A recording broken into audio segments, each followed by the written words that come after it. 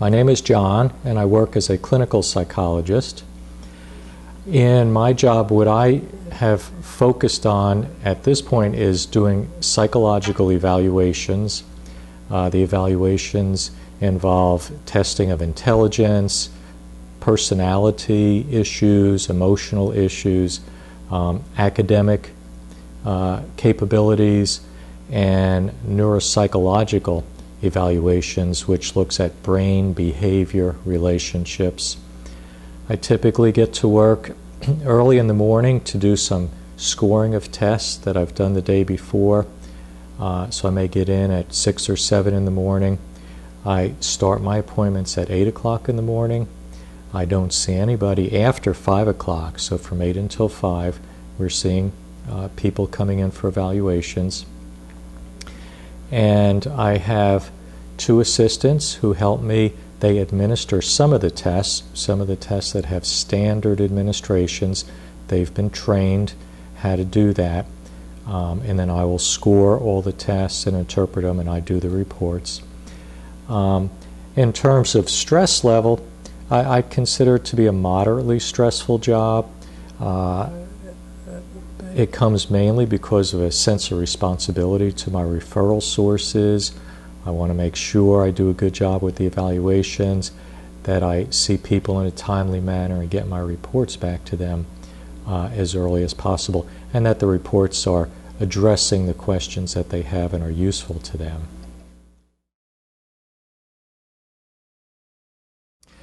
The educational requirements to become a clinical psychologist are fairly standard. After your 4 years of undergraduate education in college, then there's a 5-year, typically a 5-year program in clinical psychology. 4 years are classroom work, and during that time most programs have you doing some practicum work, maybe at a hospital or a mental health center, school system.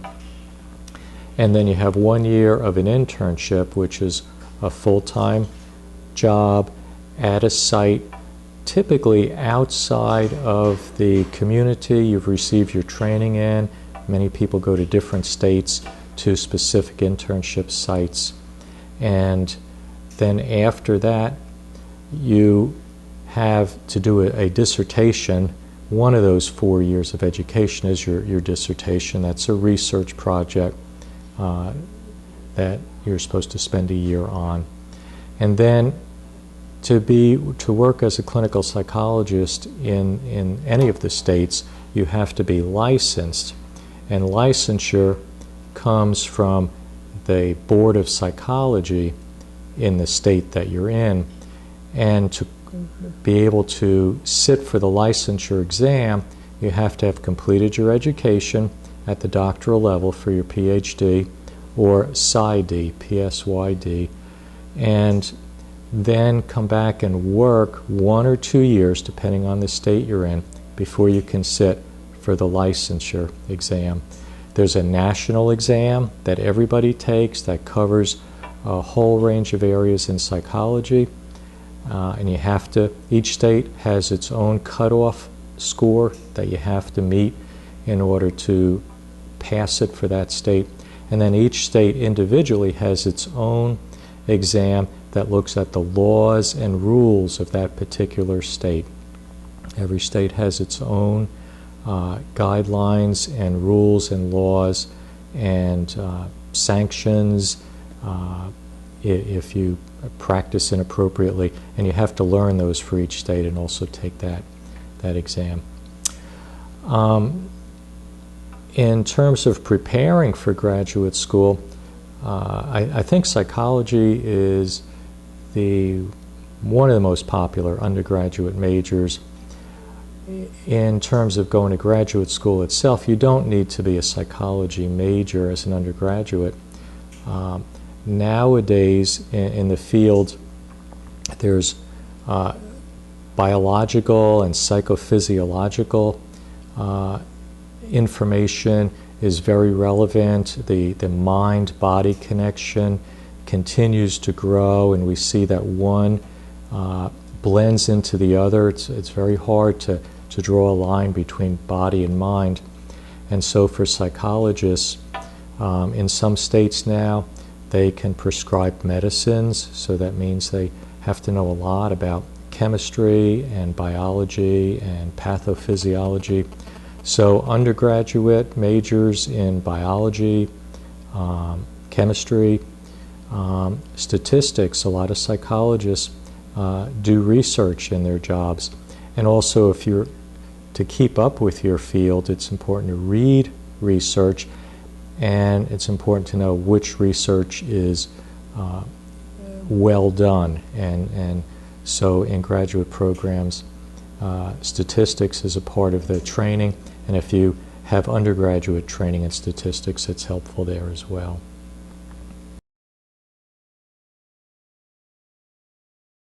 The best part of my job as a clinical psychologist is that really every day I am seeing different people. So every person I see is a new challenge in terms of understanding them, figuring out the best approach to interview them and do the evaluations with them. So it keeps me thinking. It also presents me with the whole range of human conditions, really. My referral sources send people in for a whole variety of reasons, and I never know exactly what each person's going to be like. So that's challenging and interesting. I also work really for myself, and I like that. I don't have an organization where I have to go to meetings or take on tasks that are not directly relevant to what I do. And that's just a personal choice of mine. I like being in control of my time and my day. The worst part of the job is even though I may fill my schedule with appointments, there's no guarantee that people are going to show up. We call them the day before, we remind them. Certain people we send out letters ahead of time. But you have some days in which everybody shows up and some days in which any number of people don't show up. So I can use that time to score and interpret tests and do some report writing, but I've really counted on that time to be direct service time, and I don't have any control over that. If you're interested, or for someone who's interested in maybe pursuing a career as a clinical psychologist, it would be helpful to learn more about it, not just by reading information, which I think is important. The American Psychological Association has a website with a lot of information on there about fields in psychology. There are publications where you can read about clinical psychology and some of the other psychology specialties. But don't be afraid to call a psychologist. Look in the yellow pages in the phone book, and you can call a clinical psychologist and just talk to them on the phone and ask them about what their day is like. Ask their secretary if you can make an appointment to either come in and talk with the person or set a time to do an interview with them for 10 or 15 minutes. And I think most psychologists would be very willing to share information with you. Get involved in service projects. I think exposing yourself to the range of human conditions is helpful.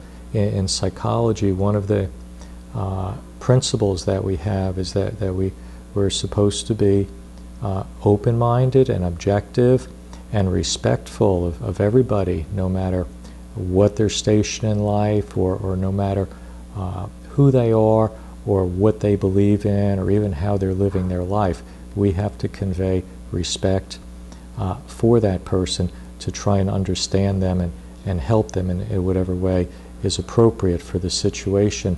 So the more you can get yourself involved with or aware of different conditions, that will help you be more broad-minded, at least ahead of time, to see how to learn more about yourself, or maybe some of your own prejudices or reactions because as a psychologist who's working with clients or patients, it's very important for us to know about ourselves and be able to understand ourselves and live up to the principles of the profession in order to do our job the best way possible.